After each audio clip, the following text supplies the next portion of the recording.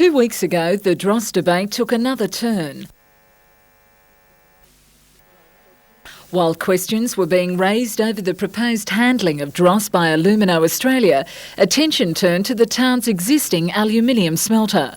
Council asked Alcan to urgently answer 21 environment and health-related questions. We've tried to answer as factually as we can and completely as we can the questions that were posed to us. I don't know if there are any further questions out there, but we'll just have to deal with those as they come. Alcan's answers have now been released, outlining the methods used to extract, cool and transport dross. We have to ensure the safe and proper handling and storage of dross, but that's been an ongoing part of operations for many years. The smelter produces 5,000 tonnes of dross a year, transporting it to Sydney and Melbourne for recycling. While a nearby plant would help cut costs, Alcan says it has its own concerns about the proposed development, including emission monitoring and the location of a suitable residue disposal site. The information prepared by Alcan will be presented at Cessnock's council meeting tomorrow night. The dross issue will be high on the agenda again, with calls for the Mayor to resign over her handling of the issue. Melinda Smith, NBN News.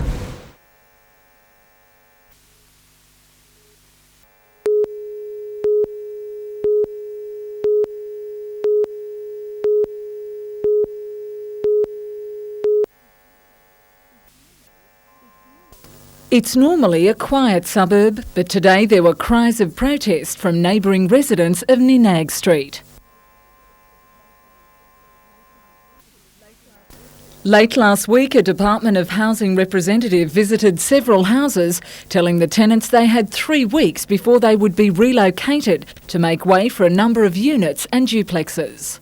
They're about 40 years old, they are expensive to maintain, and they're not at the general standard that we'd like to offer to our tenants. This area it's just not the sort of community that you would do that to. It's a long-term residence, laid-back, quiet, close-knit community. No application has yet been lodged with council. The department says that could be 6 to 12 months away.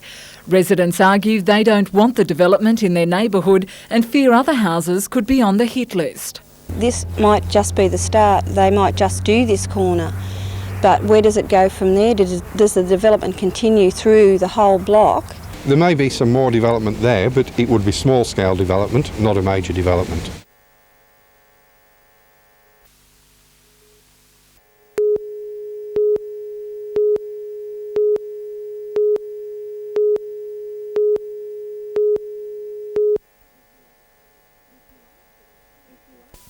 If you ask its crew, this Pontiac is destined for a big future, and it has some impressive credentials to get there.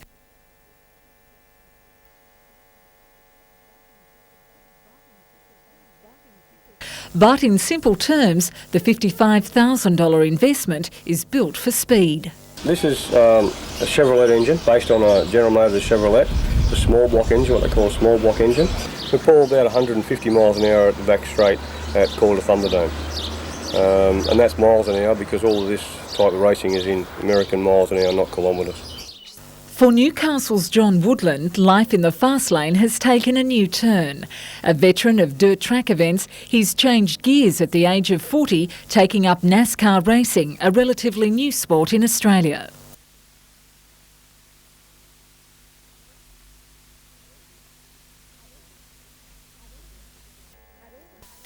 At Oran Park on Saturday night, John's team will be up against nearly 40 competitors during the second round of the Pontiac Grand Prix Series. As far as I know, we're the first Newcastle NASCAR team. I've had the car now for 2 years. It's been a long preparation and a very expensive one as well. But $70,000 in prize money and the chance of attracting new sponsors could help fast-track this rookie's career. If we can run midfield and don't do anything silly, keep the car in one piece and come home, we'll be very happy.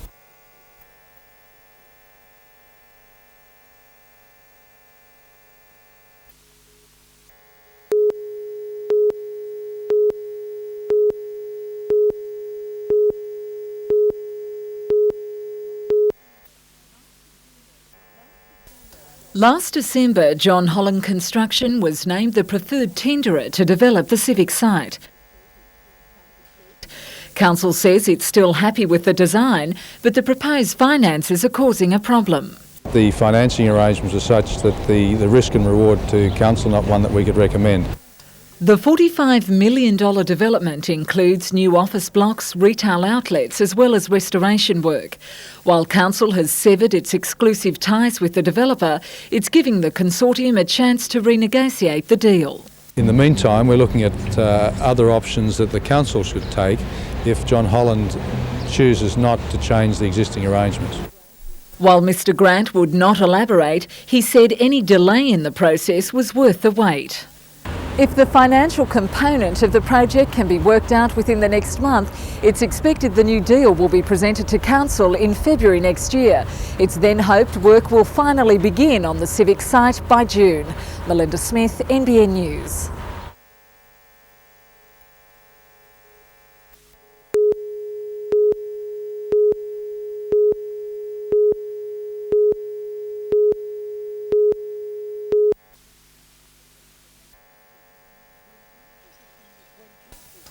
When Council decided to scrap its regular recycling service 5 months ago, public pressure forced it to reconsider.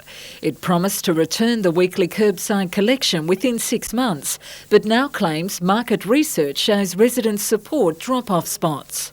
It is also what I think we're saying we want.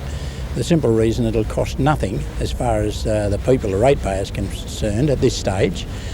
And we hope that we can get much more than the 2% we were getting with the curbside recycling. From Saturday, special recycling spots will be set up on Lookout Road, Blackbutt Reserves car park and in King Street near Market Town Shopping Centre. Council says it plans to advertise other locations during the 6-month trial. Effectively, it's a once-a-month service in that there are 8 spots around the city that will be serviced once a month, 2 every Saturday. While the option of curbside recycling has not been dumped entirely, Councillor Rigby predicts its costly return is highly unlikely. I doubt if curbside recycling is the way to go, and I doubt if it'll be coming at the costs that we had to be. You know, if we can get it at a reasonable cost, well, that's a different matter, but not at $1 million or $1 million plus. Melinda Smith, NBN News.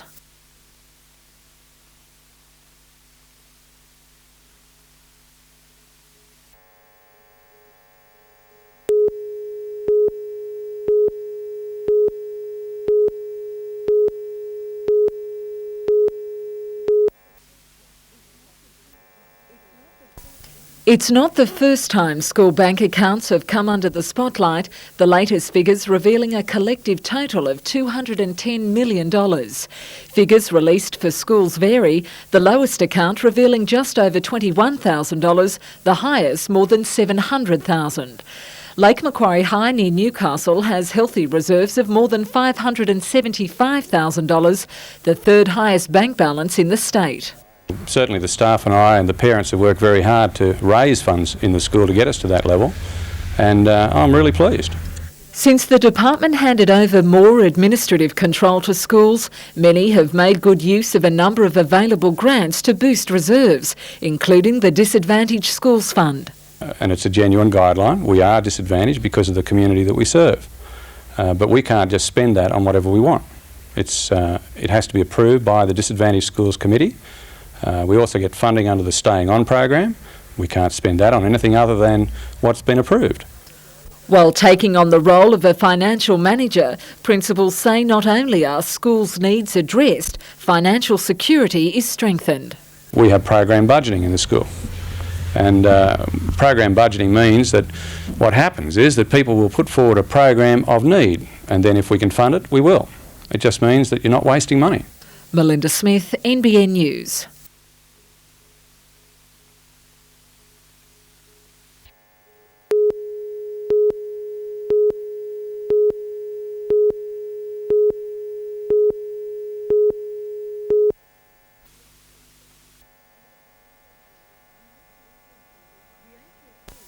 The HSC can be one of the most stressful times in a student's school life, more so if they've studied the wrong texts. 16 students at Waratah Technology High made the alarming discovery in one of their English papers. It is a very serious mistake, and I think in that position I can't think of anything that would be worse. An investigation was launched. It found the students had changed teachers at the beginning of the year, their lessons failing to cover important material in the exam. One of the themes was chosen from last year's syllabus rather than this year's syllabus, and this is where the mistake occurred. An appeal has been lodged with the Board of Studies. The department says there are a number of safety nets in place to make sure such bungles don't occur, the latest incident being treated as a serious breach of responsibility. While it's expected the school's head English teacher will face the harshest discipline, a warning has been issued further up the ladder. Principals told to make sure their students are being taught the correct syllabus. It should never have occurred if somebody would not have fallen down on their duties. I would speak certainly to principals again to make sure that the appropriate processes are absolutely in place. Melinda Smith, NBN News.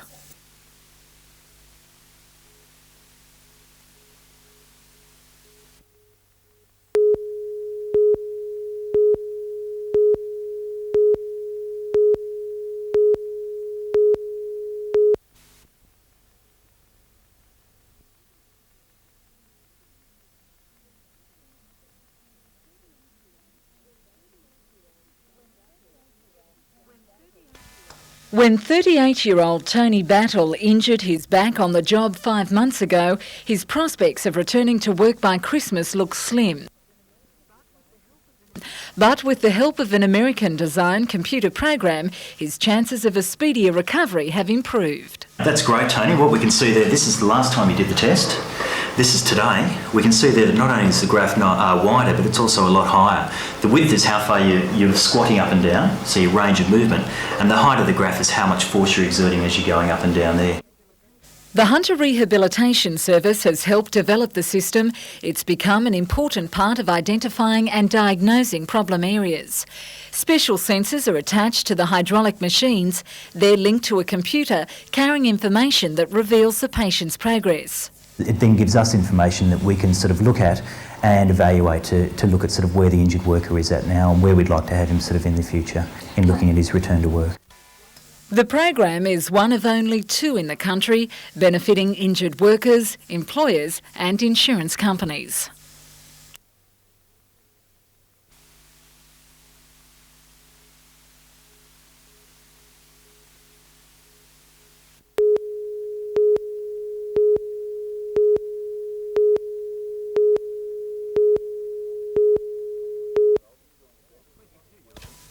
"22-year-old Stuart McGregor was on his way to nearby shops, driving along Charlestown Road when a driver signalled for him to pull over. Jumps out of his car, starts abusing me, goes back to his car, waggles a knife in front of me, stabbed my tyre, put it straight through my tyre. The man accused Mr McGregor of cutting in on him on the busy road. He waved a hunting knife at the young man, threatening to kill him. I was in genuine fear of my life. Fortunately, the front tyre was the only victim, but it had only been bought yesterday for more than $100. Police are looking for a man in his 30s, 155 to 165 centimetres high, with a Mediterranean appearance. He's expected to be charged with assault and malicious damage. Richard O'Leary, NBN News.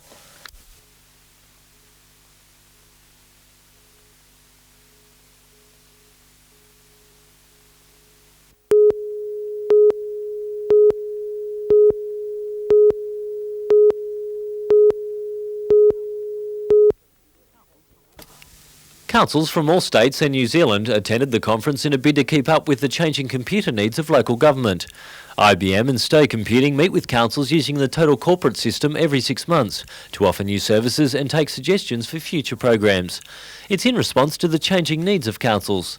A lot of legislation changes, a lot of focus on productivity improvements, and it's been very important that local government becomes more accountable, and as such the computing systems and technology is seen as a driving force behind that. Lake Macquarie is one council that has gained from the introduction of more user-friendly computers. I think the average consumer has got, in the area where the pilot study was undertaken, they've got a much faster response than what they would have otherwise got, and they've got a much better service. Richard O'Leary, NBN News.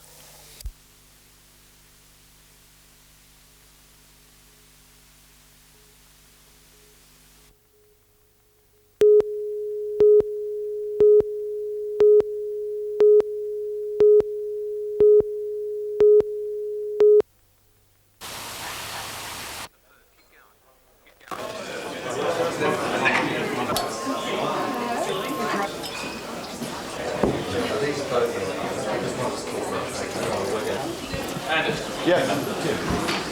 Cheers. Extraordinary nose on this one. You seem to have more than anybody else.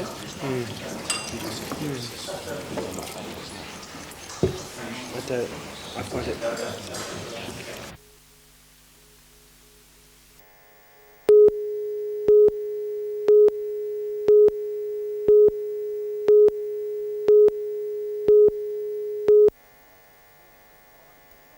It was a frightening sight this morning. It might have been the aftermath of a bomb blast. The Blishen family moved into their home 3 weeks ago. Last night at around 7, Mother Nature attacked in all her fury.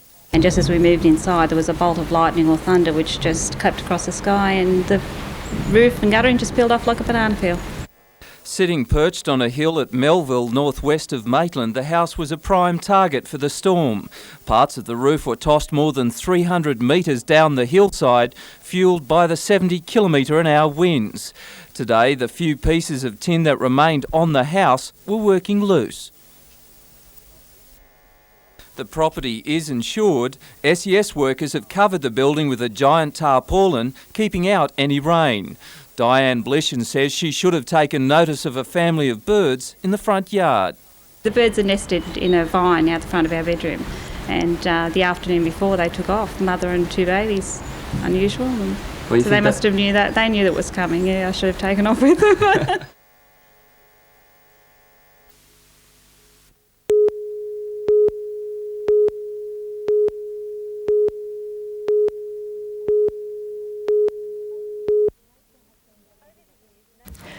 Over the years, nature has been relentless.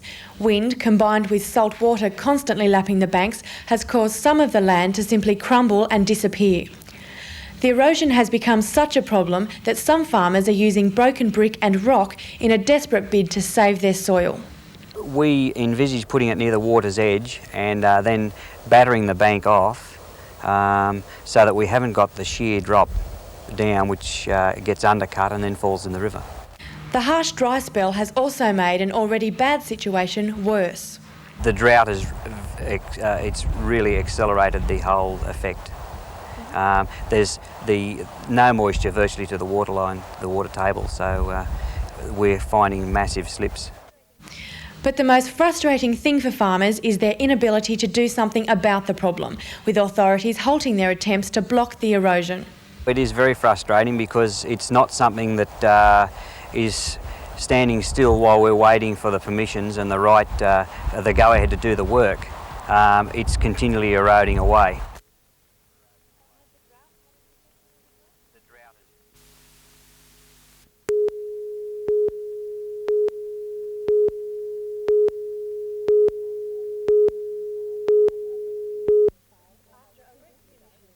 After a rescue mission failed almost 2 weeks ago, experts will draw on the experience to hopefully make the next attempt more successful. Last time they tried to capture the whale with nets. This time the nets will be stretched across the river so Willie can be herded out to sea. Hung off the net, we hope to have, we will have noise-producing devices that will make the animal aware that there is something there and hopefully discourage it from entangling in the net and instead moving downstream and out to sea of its own accord. Willie has been cruising the Manning River for more than 90 days. Some locals are beginning to question whether he's better off left alone, but National Parks and Wildlife officers say this is simply not an option. The Manning River is really an alien environment to this animal. It can't undertake its normal feeding habits, nor are there the fish stocks or the food stocks in the river to support an animal of this size. The animal can't travel at its normal speeds. The Free Willie mission has cost taxpayers more than $50,000. I think it's been money well spent because this is not going to be the last time this happens, and we can apply this knowledge to all future events where animals do this or similar things along the coast of New South Wales. And if this next attempt fails, it's a case of try and try again until the whale is back in its natural habitat. Amanda Bolger, NBN News.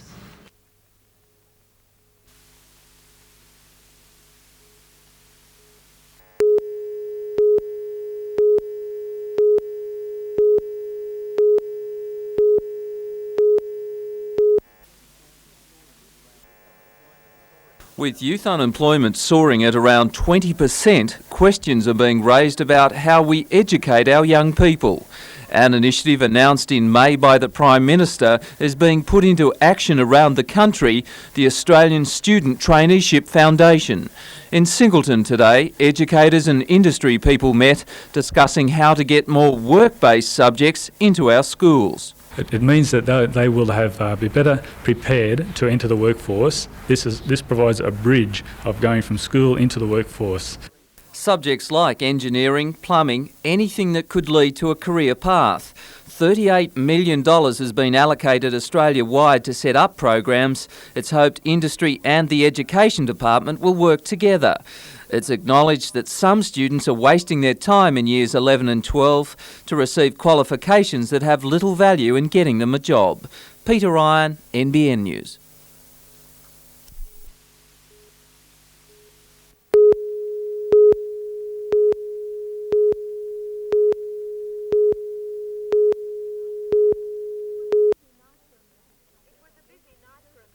It was a busy night for emergency services. The first crash happened on Tumby Road at Womberall at 9:45.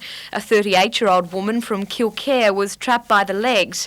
She lost control of her station wagon on the crest of a hill, sideswiping a parked car before hitting a concrete drainage pipe. She was taken to Gosford Hospital with a suspected fractured leg. Emergency crews had just packed up their gear when they were called to a second single vehicle crash about 4 kilometres away. This time, a 17-year-old youth had lost control of his parents' car on Willoughby Road. A passenger, also aged 17, suffered multiple fractures when the car smashed into a tree stump. Police are still continuing their inquiries into the crash. It's believed the 3 occupants of the car were all Year 11 students.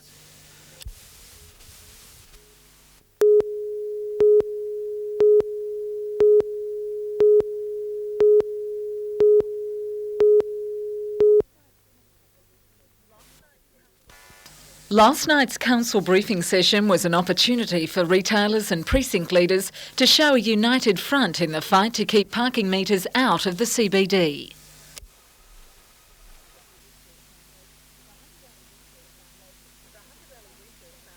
The Hunter Valley Research Foundation presented the findings of its latest study, taken 12 months after parking meters were removed.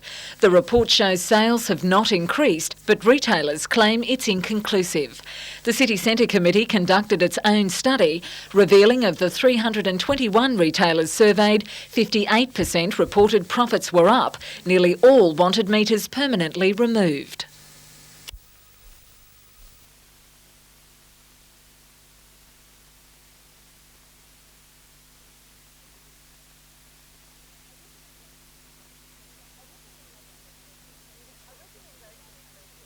A recommendation is being prepared and will be considered by Council at its meeting next week.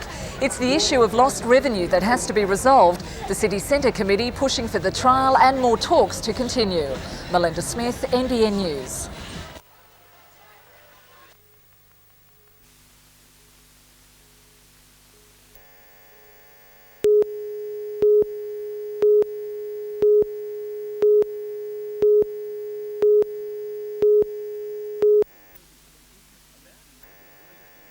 About 1,800 pieces of military memorabilia, including tanks, trucks, uniforms and guns, were bought by the City Council from a defunct Central Coast Military Museum 10 years ago. The idea was to display them in Newcastle, but the collection has never quite fitted in. 10 years on, some of the pieces are in a state of advanced decay. Council copped a broadside from its regional museum director Patrick Filmer-Sankey last night when he stated much of the collection was irrelevant to Newcastle and should be sold. Another option suggested by Council was that the equipment be housed at the Newcastle Maritime Museum at Fort Scratchley, which is itself looking for a new home. I really can't see any space for it at all. And if the Maritime Museum was lucky enough to find space on the waterfront at some time in the future, then I'd hope that Fort Scratchley would be retained as an historic site. The pedigree of many of the items is also in question, their war service records unknown. Although purchased for $500,000, the collection is now valued at just over $200,000, Andrew Lobb, NBN News.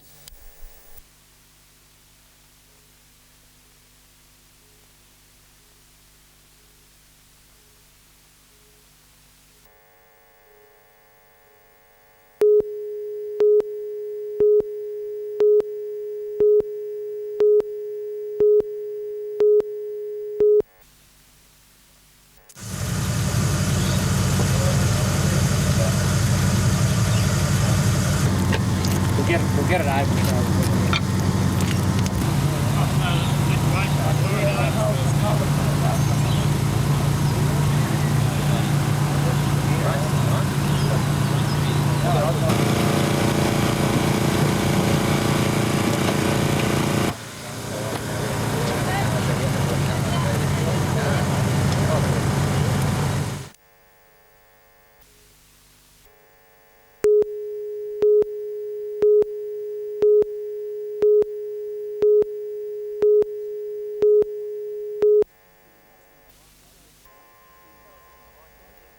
Newcastle's Michael Guest must be feeling tired, not only after 16 rounds of the championship, but he was up most of the night working on engine problems. That out of the way, and it's time for business. I think we're going to be taking a few risks this weekend somehow. And the reason he's taking risks is because of this man, Neil Bates.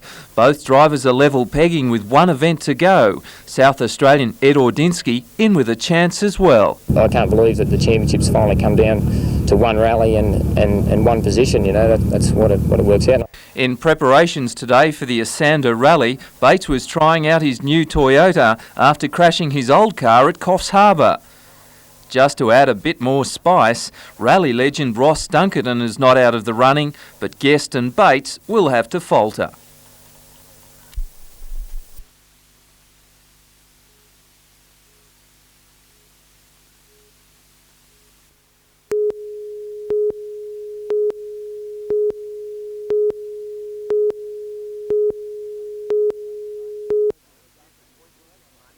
The dispute between the two parties is over a reduction in prize money, with owners and trainers boycotting recent meetings at Beaumont Park. Last night, 170 people met to consider a proposal to return to racing, a plan devised by the Concerned Owners and Trainers Committee and agreed to by the NJC, but it was overwhelmingly rejected. They were not satisfied with the fact that the Jockey Club had made no further offer of any increase in prize money back to the pre-October the 15th levels. The proposal allowed prize money to return to its former amounts through sponsorship organised by the owners and trainers. Its failure surprised both groups, with 3 members of the Owners and Trainers Committee resigning after the vote. I think it just destroys any credibility that that committee has with our own board, because we did meet last Saturday to discuss the proposal. The proposal came from the group and it's been rejected by their own membership. The situation is now at a stalemate, with the future of greyhound racing at Beaumont Park likely to hinge on just how well next Saturday's meeting is supported, with nominations due on Wednesday. We feel that the ball is in their court now. They've refused to make any further discussions. Hopefully that will change. Our situation hasn't changed. We have said all along we would call nominations for next Saturday. And they close on Wednesday, and really until such time as we see what the situation is, I can't really say much further, but certainly it looks pretty bleak.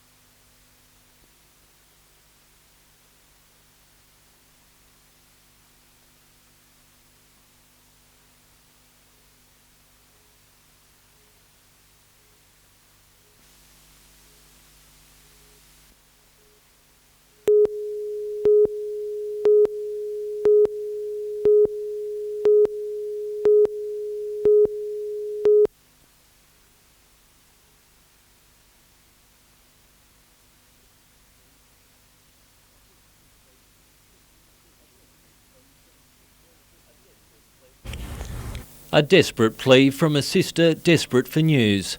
Police tried to find those answers this morning as they scoured streets for the Hilux four-wheel drive twin cab similar to this that was seen leaving the street just after the abduction of 16-year-old Gordana Katevsky. But fears grow as each hour passes. Well, unfortunately, as time goes by, we become more concerned as to her welfare. It's believed Gordana was abducted on Thursday night as she walked from a Lake Macquarie shopping complex to her aunt's house just down the road. Her purse and a ripped shopping bag were found lying on the street. Neighbours had heard a young girl screaming. Police don't know whether it was the work of one person or more, but they have discounted suggestions the abductor may have stalked the young girl for several months. Gordana was wearing a brown t-shirt, cream-coloured jeans and black and brown boots. Police will launch a massive search of nearby bushland from 8 o'clock tomorrow morning with the help of the SES and the Macedonian community. But there's also an appeal for all four-wheel drivers and off-road motorbike riders to volunteer their services to help cover the difficult terrain. We're just pleading for anybody to help. As the more people, the more help we get. It's going to be much easier to try and find her. Richard O'Leary, NBN News.